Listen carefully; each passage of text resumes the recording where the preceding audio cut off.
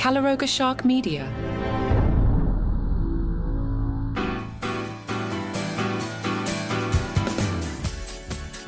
Hey there, fellow foodies and TV enthusiasts. This is Journey Joe Mitchell, coming at you from the cozy confines of the TV basement. Today we're diving deep into episode 4 of The Bear's third season, titled Violet. And let me tell you, it's a real change of pace from what we've seen so far. Buckle up, because we've got a lot to unpack. First off, can I just say how much I appreciate this show's ability to shift gears? After the intense, anxiety-inducing kitchen chaos of the last few episodes, Violet takes a step back and gives us a much-needed breather. Don't get me wrong, there's still plenty of tension simmering under the surface, but this episode focuses more on the characters' personal lives and inner struggles. It's a welcome change that adds depth to our beloved cast. The episode opens with a haunting flashback of Carmy and Claire. Jeremy Allen White continues to impress with his ability to convey so much emotion with just a look. The scene where Claire asks about the scar on his hand is particularly poignant.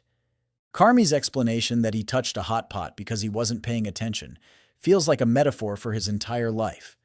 Always getting burned because he's too focused on the wrong things. And Claire's story about the girl in the ER? Absolutely chilling. It's a reminder that pain comes in many forms, and sometimes we don't even realize we're hurting until it's too late. Moving on to Marcus, we get a beautiful little moment where he stops to photograph a white violet growing on a fence.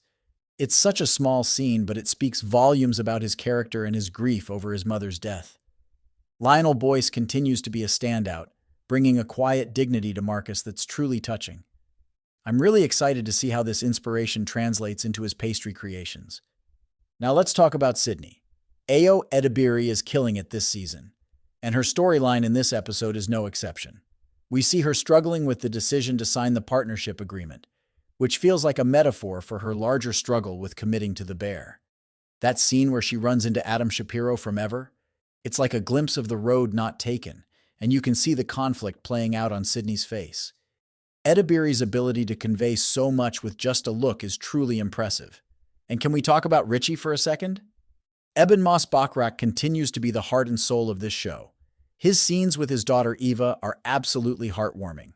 The way he navigates co-parenting and his ex-wife's new relationship is both realistic and touching. And that moment where he finally takes off his wedding ring? It's a small gesture, but it speaks volumes about his character growth. Now, let's address the Josh Hartnett-shaped elephant in the room. What a fantastic surprise guest star. Hartnett's Frank is the perfect foil for Richie. He's everything Richie isn't, and yet he's not a bad guy. That scene where Frank apologizes for not talking to Richie before proposing to Tiff, it's awkward and sweet and perfectly captures the complexity of blended families. One of the things I love about this episode is how it shows the ripple effects of the restaurant's chaos on everyone's personal lives.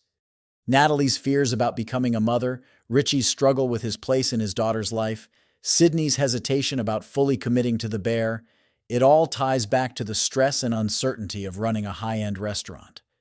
The subplot with the facts trying to be helpful by putting up photos of food critics is both hilarious and telling.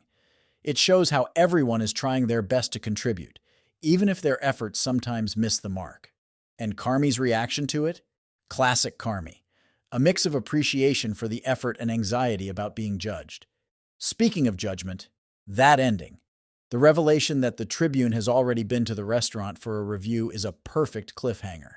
It encapsulates all the anxiety and uncertainty that comes with running a restaurant, especially one as high profile as the Bear. I'm on the edge of my seat waiting to see what that review says.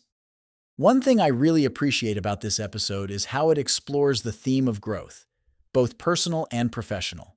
We see it in Marcus finding inspiration in unexpected places, in Richie navigating his new family dynamic, in Sydney contemplating her future. It's a reminder that growth often comes with growing pains, and that's as true in the kitchen as it is in life. The Bear continues to excel at balancing humor and heart. That scene where Tina learns the phrase, "Whatever grows together goes together" at the farmer's market?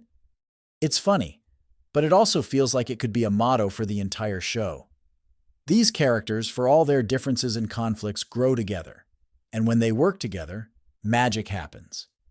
I also want to give a shout out to the show's attention to detail. The way they capture the rhythm of a working kitchen, even in an episode that's not primarily set there, is impressive. And the Chicago setting continues to be a character in its own right. From the L train to the farmers markets, it feels authentic and lived in. Overall, Violet is a standout episode in what's shaping up to be another fantastic season of The Bear. It's a slower, more contemplative hour that gives us a chance to catch our breath and really dig into these characters we've come to love. It's a reminder that sometimes the most important growth happens in the quiet moments between the chaos.